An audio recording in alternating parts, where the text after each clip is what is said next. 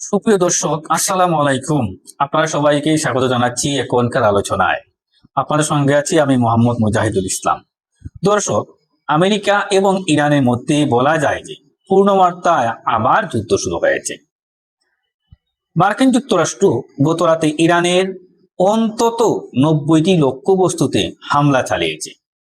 তার ভেতরে সবচেয়ে যে বড় বিষয়টি সেটি হচ্ছে ইরানের চাবাহার সমুদ্র বন্দর এবং লাবান দ্বীপে হামলা চালিয়েছে। লাবান দ্বীপে একটি তেল রিফাইনারিতে অর্থাৎ তেল শোধনাগারে হামলা চালিয়েছে। এছাড়া আরো বিভিন্ন জায়গায় হামলা চলছে। আমি এ সম্পর্কে বিস্তারিত আপনাদের বলবো। আমেরিকার হামলার জবাবে ইসলামিক প্রজাতন্ত্র ইরানও বাহরাইন, কুয়েত, কাতার এবং জর্ডানের বিভিন্ন লক্ষ্যবস্তু টার্গেট করে মার্কিন ঘাঁটিগুলোতে হামলা চালিয়েছে।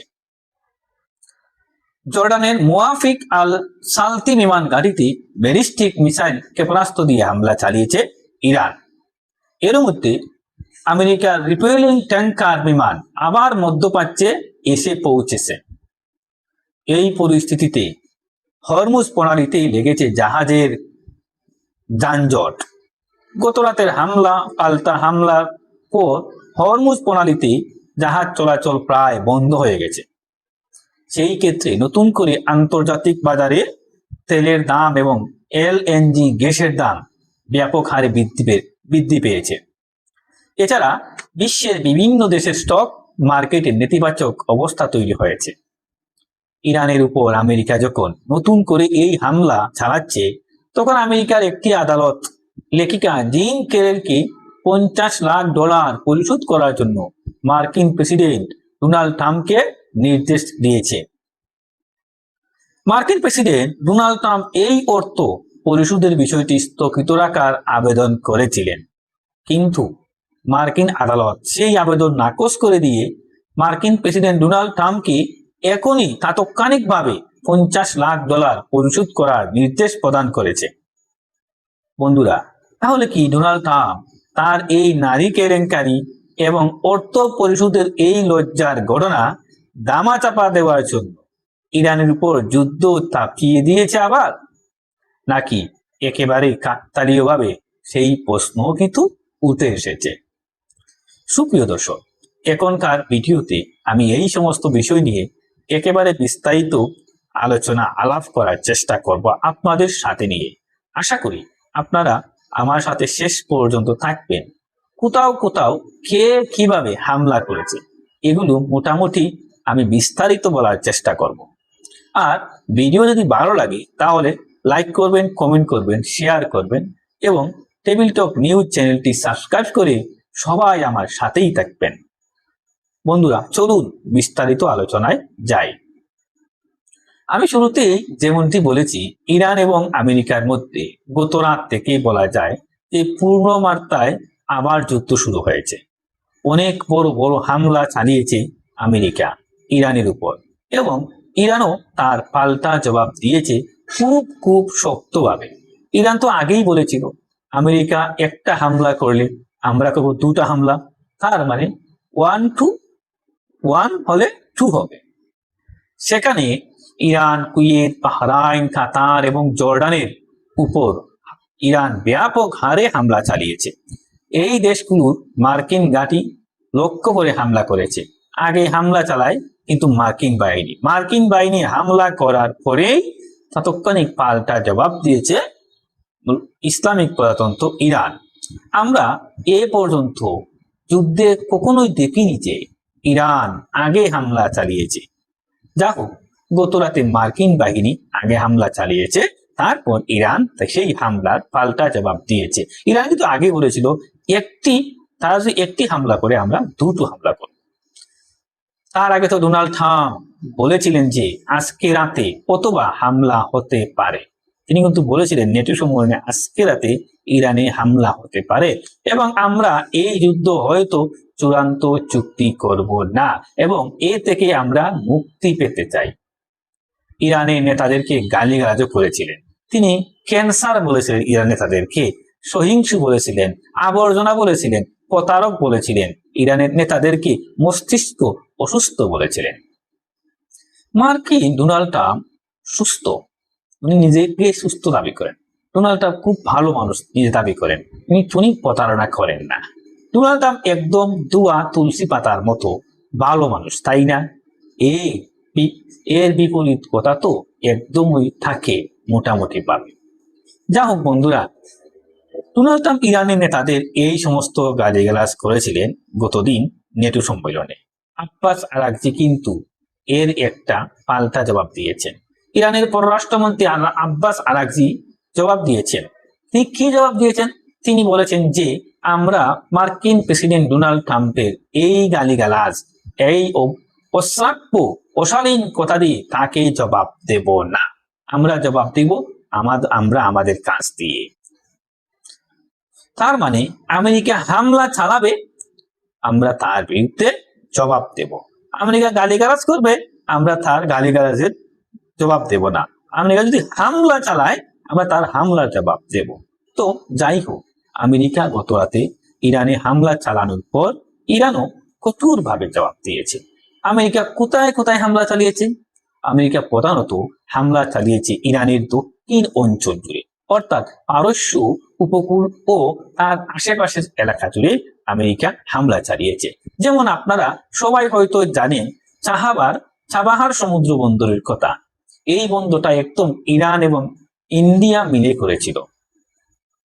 এই বন্দরটা ইরান এবং ইন্ডিয়া একসময় যৌথভাবে মিলে তৈরি করেছিল। ইন্ডিয়ার একটা বিনিয়োগ ছিল সম্ভবত $100 কোটি, এখানে বিনিয়োগ ছিল ইন্ডিয়ার। পরবর্তীতে ইন্ডিয়া সম্ভবত এই চাবাহার বন্দর থেকে বেরিয়ে গেছে। এখন আর তারা নেই এই চাবাহার বন্দরের সাথে, অর্থাৎ ইরানের সাথে। যা হোক, এই চাবাহার বন্দরের উপর হামলা চালিয়েছে। চাবাহার বন্দরের উপর হামলা চালানোর কি মানে থাকতে পারে?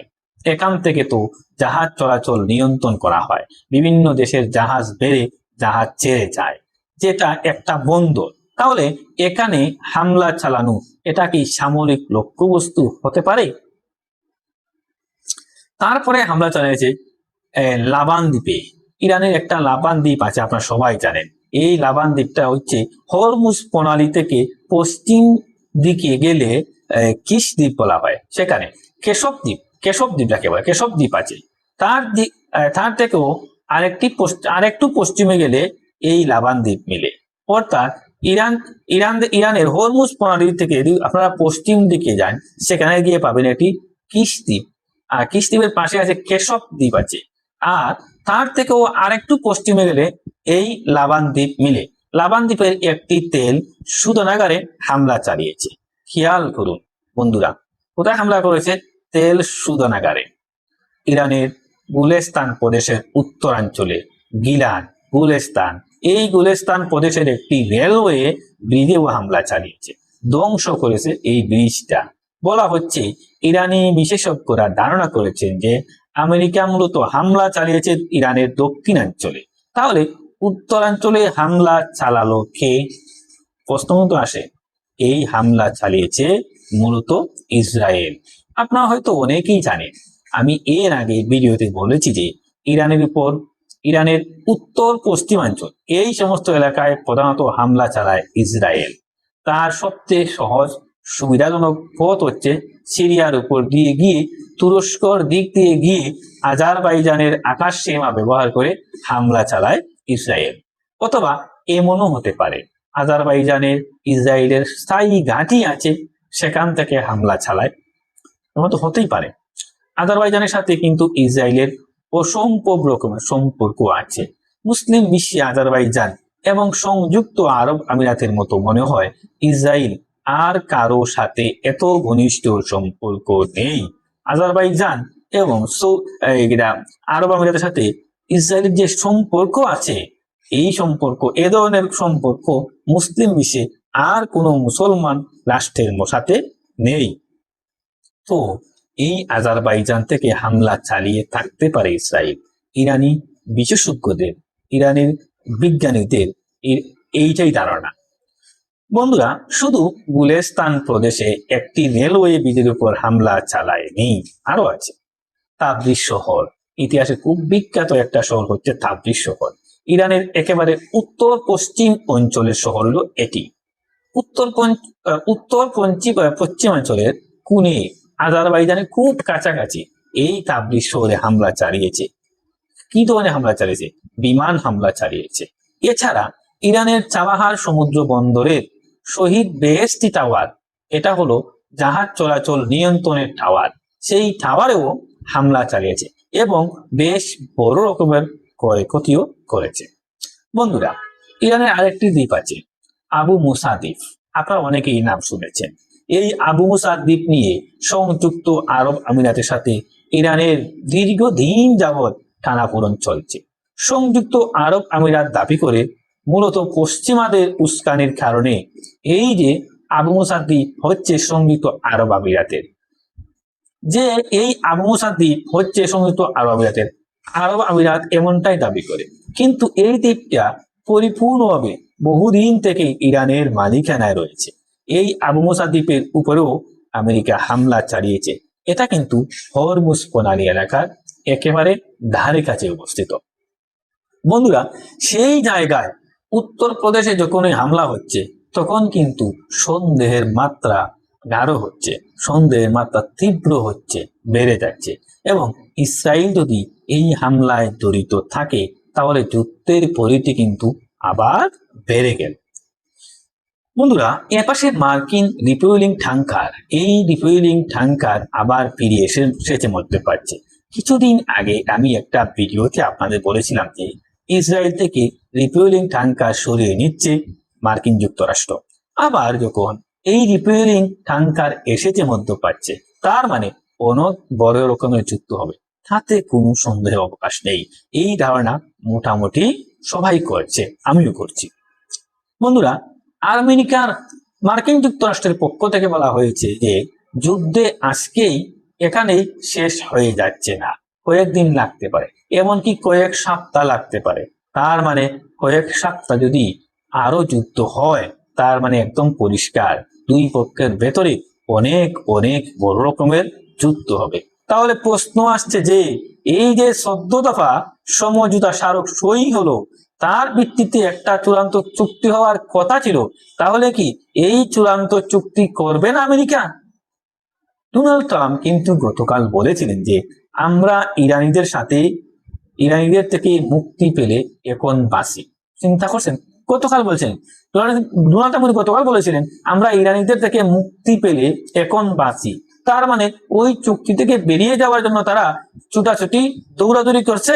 তার মানে হচ্ছে এই চুক্তিটা বা এই যে যুদ্ধবিরতিটা করেছিল তারা কিন্তু মূলত ইরানের সাথে আবার কূটনীতির নামে যুদ্ধবিরতির নামে প্রতারণা করলো। এখন আপনারা বলুন প্রতারক কারা? গতকাল যে ডোনাল্ড ট্রাম্প বলেছিলেন ইরানিরা প্রতারক, মিথ্যাবাদী, গালিগালাজ, অশ্লীল কথা বলছিলেন, আসলে অশ্লীল খারি খারা, গালিগালাজ খারা, প্রতারক কারা? ডোনাল্ড ট্রাম্প তার প্রমাণ আজই দিলেন।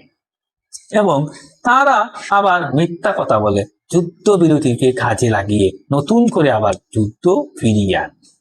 বন্ধুরা, ইরান যে যুদ্ধবিরতিতে যেতে চাইছিল না তখন তাদের সিদ্ধান্তটাই সঠিক ছিল আমার কাছে মনে হয়। বিশ্ববাসীর চাপাচাপির কারণে ইরান যুদ্ধবিরতি করেছিল এবং এখন তারা বিশেষ করে বিশ্ববাসী যারা এই যুদ্ধবিরতির ব্যাপারে কাজকর্ম করেছিল, তৎপরতা চালিয়েছিল, তারা বুঝতে পারছে আমেরিকা কি জিনিস। আমেরিকা আসলে যুদ্ধবিরতি চায় নাকি যুদ্ধবিরতির আড়ালে নতুন করে একটা বিরতি নিয়ে আবার ফিরতে চায় এই যুদ্ধে, এটা কিন্তু প্রমাণ হয়ে গেল। বন্ধুরা, চাবাহার সমুদ্র বন্দরে যে হামলা চালিয়েছে আমেরিকা, সেখানে অন্তত বৃহৎ বিস্ফোরণ ঘটেছে বলে জানা যায়। আমেরিকা সব হামলা চালিয়েছে মূলত বিমান হামলা বা ক্ষেপণাস্ত্র হামলা। আর ইরানের আকাশে একটা ড্রোন পাঠিয়েছিল MQ-9 রিপার ড্রোন। সেই drone Iran air defence system ব্যবহার করে ধ্বংস করে দিয়েছে।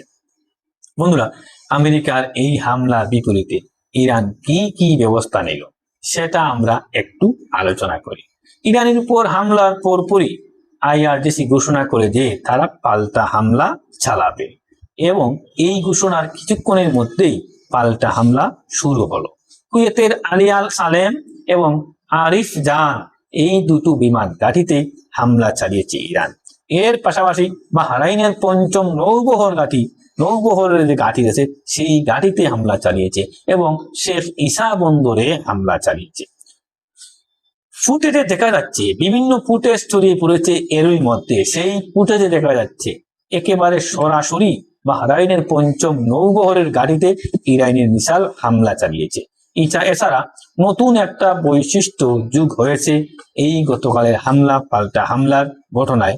সেটা হচ্ছে গত কয়েক মাস যাবৎ ইরান কিন্তু কাতারের উপর হামলা চালায়নি। গত কয়েক মাসের ভিতরে ইরান কিন্তু কাতারের উপর পাল্টা হামলা চালায়নি, কাতারের কোনো হামলা চালায়নি। আপনারা দেখেছেন গতকাল তারা কাতারেও হামলা চালিয়েছে। তার মানে ধরে নেওয়া হচ্ছে যে কাতারের বিমান ঘাঁটি থেকে মার্কিন বাহিনী ইরানের উপর আবার হামলা চালিয়েছে, যার কারণে গতকাল কাতারেও ইরান হামলা চালিয়েছে। এরপর হামলা চালিয়েছে জর্ডানে। সৌদি আরবে ইরান কিন্তু কোনো হামলা চালায়নি এবারও। তার মানে ধরে নেওয়া হচ্ছে যে সৌদি আরব থেকে আমেরিকার উপর কোনো হামলা চালানো হয়নি। জর্ডানের মুয়াফিক আল সালতি বিমান ঘাঁটি, সেখানে ইরান হামলা চালিয়েছে ব্যালিস্টিক ক্ষেপণাস্ত্র দিয়ে। তবে ইরান ইসরায়েলের উপর হামলা চালিয়েছে বলে এখনো পর্যন্ত খবর পাওয়া যায়নি, আমি পাইনি।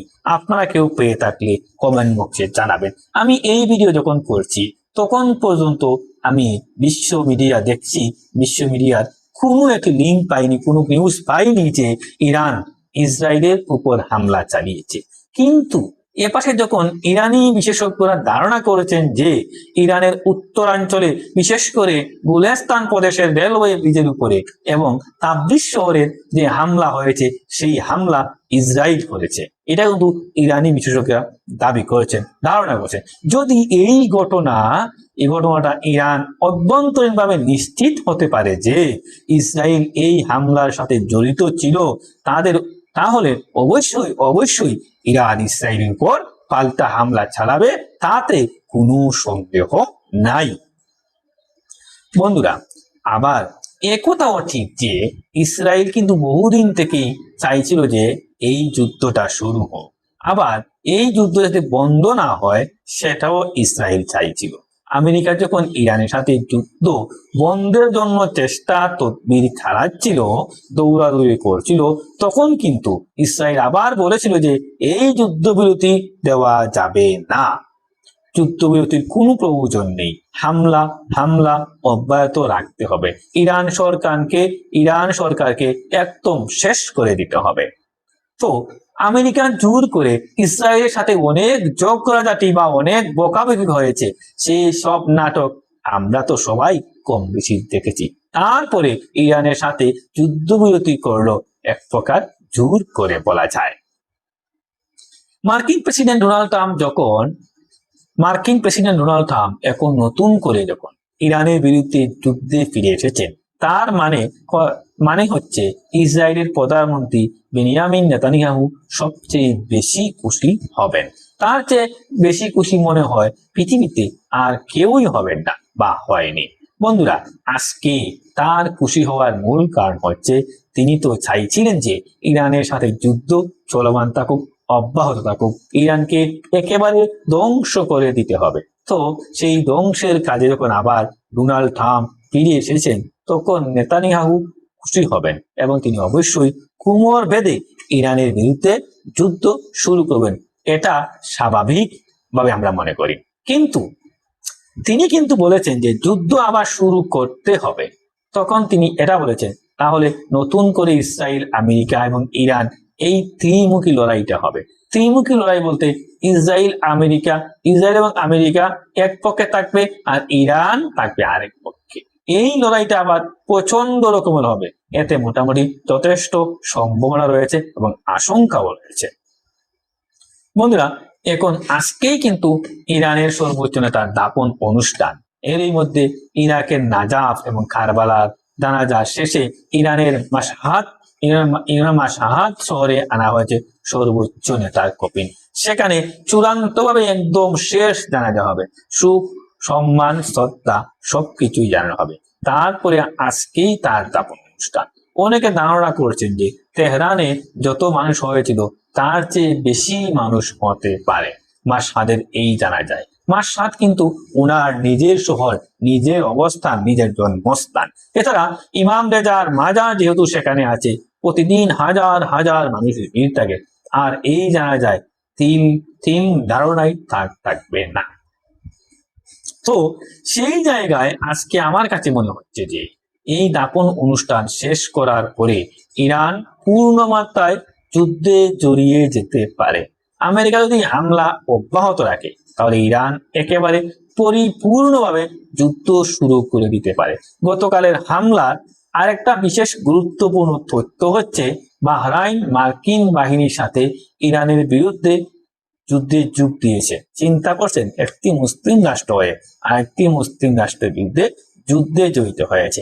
অর্থাৎ মার্কিন বাহিনী যেমন ইরানের উপর হামলা চালিয়েছে, বাহরাইনের সেনারাও বা বিমান বাহিনীও ইরানের উপর হামলা চালিয়েছে। এই খবর খাড়া দিচ্ছে, এই খবর দিচ্ছে সৌদি আরবের গণমাধ্যম আল আরাবিয়া। অতএব বাহরাইন যে হামলা জড়িত তা অবিশ্বাস করার কোনো কারণ আছে বলে আমার মনে হয় না। আল আরাবিয়া যেহেতু সৌদি গণমাধ্যম, আর সৌদি আরব হচ্ছে বাহরাইনের খুব ঘনিষ্ঠ একটা দেশ, সৌদি আরবের কথায় উঠা বসা করে বাহরাইনের শাসকরা। সেক্ষেত্রে বাহরাইনের বিমান বাহিনী যদি ইরানের বিরুদ্ধে যুদ্ধে জড়িত থাকে তাহলে ইরান এবার একেবারে চূড়ান্তভাবে হামলা চালাবে বাহরাইনের উপর, এতে কোনো সন্দেহের অবকাশ নেই। যুদ্ধের মধ্যে আরেকটি নতুন বৈশিষ্ট্য যুক্ত হয়েছে। কি? আগের যুদ্ধে কিন্তু সংযুক্ত আরব আমিরাত যোগ দিয়েছিল, এবার যোগ দিল বাহরাইন। তো বাহরাইনে অবস্থিত মার্কিন সামরিক গাড়িতে হামলা চালিয়েছে ইরান। সেখান থেকে বড় রকমের কালো ধোঁয়ায় কুণ্ডলি উঠতে দেখা গেছে এবং ক্ষেপণাস্ত্র সরাসরি আঘাত করছে তা দেখা যাচ্ছে। বন্ধুরা, এই সামগ্রিক আলোচনা থেকে যে কয়েকটি জিনিস মারাত্মক রকমের অনিশ্চিত হয়ে উঠেছে সেগুলো হচ্ছে ইরানের সাথে আমেরিকার যে চূড়ান্ত চুক্তি হওয়ার কথা ছিল সেই চুক্তির সম্ভাবনা একেবারেই কিন্তু এখন কমে গেল। তার মানে ইরানের উপর থেকে এখন আর নিষেধাজ্ঞা তুলবে না মার্কিন যুক্তরাষ্ট্র। ইরানের যে বিদেশে আটকে থাকা অর্থ সেগুলো আর ফেরত দেবে না। তারপরে ইরান তাহলে চূড়ান্ত ভাবে পরমাণু কর্মসূচিতে লাগাম টানার কোনো প্রশ্নই উঠে না। অনেক জায়গায় আলোচনা হচ্ছে ইরান পরমাণু কর্মসূচি জোরদার করতে পারে, এমনকি পরমাণু বোমাও বানিয়ে ফেলতে পারে। যেহেতু আগের বার যে রাহবার ছিলেন তিনি ফতোয়া দিয়েছিলেন, তিনি এখন নেই, তার ফতোয়াও নেই, সুতরাং ইরান পরমাণু বোমা বানাতে পারে। এখন সেই ফতোয়া ইরান আর মানতে বাধ্য কিনা সেটা দিয়ে হয়তো আলোচনা হবে, হয়তো বা পরমাণু বোমা বানিয়ে ফেলতে পারে, জানি না কি হবে, কিন্তু এরকম আলোচনা বিশ্ব মিডিয়ায় হচ্ছে। বন্ধুরা, আর যে জিনিসটা হবে সেটা হচ্ছে আবার মধ্যপ্রাচ্যে মারাত্মকভাবে অস্থিতিশীল হয়ে উঠবে। এর মানে হচ্ছে হরমুজ প্রণালী প্রচন্ড অস্থিতিশীল এবং সেখান দিয়ে আর জাহাজ এখন চলাচল করতে পারবে কিনা আদৌ সেটা নিয়ে প্রশ্ন আছে। যখন হরমুজ প্রণালী অস্থিতিশীল, জাহাজ চলাচল অনিশ্চিত, তখন তেলের দাম অলরেডি বেড়ে গেছে, গ্যাসের দাম অলরেডি বেড়ে গেছে এবং আরো বাড়বে বলে আমরা মনে করি। সংক্ষেপে বলা যাবে যে তেল গ্যাসের বাজারে আগুন লেগে গেল। যখন তেল গ্যাসের বাজারে আগুন লেগে গেল তখন সারা বিশ্বের অর্থনীতি 10 নম্বর অর্থনীতি স্থবির হবে, পণ্যমূল্য ব্যাপক হারে বেড়ে যাবে এবং ইরান যদি এবার যুদ্ধ প্রলম্বিত হয়, দীর্ঘ হয়, তাহলে একটা অর্থনৈতিক মান্দা ভাব সৃষ্টি হতে পারে, কিছু বলা যাচ্ছে না। এই দুই পক্ষ যদি যুদ্ধ জড়িয়ে যায় তাহলে ইসরায়েলের লক্ষ্য থাকবে এবার ইরানের যে নতুন সর্বোচ্চ নেতা তাকে দুনিয়া থেকে সরিয়ে দেওয়ার চেষ্টা করা। তারা কিন্তু অলরেডি হুমকি দিয়ে রেখেছে আরো নেতাদের হত্যা করবে। তাহলে ইরানের পক্ষ থেকে এবার আরো অনেক বড় মাত্রায় যুদ্ধ করতে হবে বা করবে, এটাও তাদের ভাবতে হচ্ছে। হয়তোবা সেই ক্ষেত্রে পরিস্থিতি তাতে মধ্যপ্রাচ্যে আরো আগের চেয়ে বড় যুদ্ধ দেখতে পাচ্ছি, বড় যুদ্ধের গন্ধ আমরা দেখতে পাচ্ছি। এমন হলেও অবাক হওয়ার কিছু থাকবে না। সুপ্রিয় দর্শক, এখনকার আলোচনা এখানে শেষ করতে চাই। যাবার আগে আমি আপনাদের কাছে জানতে চাই, আসলে আমেরিকা এবং ইসরায়েল যে ইরানের উপর নতুন করে বড় যুদ্ধের একটা জুট পাকাচ্ছে পরিকল্পনা করছে, আসলে তাদের মূল উদ্দেশ্যটা কি? ইরানের নতুন সর্বোচ্চ নেতাকে, নতুন নেতৃত্বকে সরিয়ে দেওয়া, নাকি আরো বড় চাপ সৃষ্টি করে ইরানকে আরো নত জানু করে অন্য কোনো চুক্তি সই করার? আপনাদের মতামত কি সেটা জানিয়ে বিস্তারিত কমেন্ট বক্সে লিখতে পারেন। আর ভিডিও ভালো লাগলে লাইক করবেন, কমেন্ট করবেন, শেয়ার করবেন এবং আমাদের টেবিল টক নিউজ চ্যানেলটি সাবস্ক্রাইব করে সাথেই থাকবেন। দর্শক, এখনকার মতো এখানেই আলোচনা শেষ করছি। আপনারা সবাই অনেক অনেক ভালো থাকবেন। আল্লাহ হাফেজ।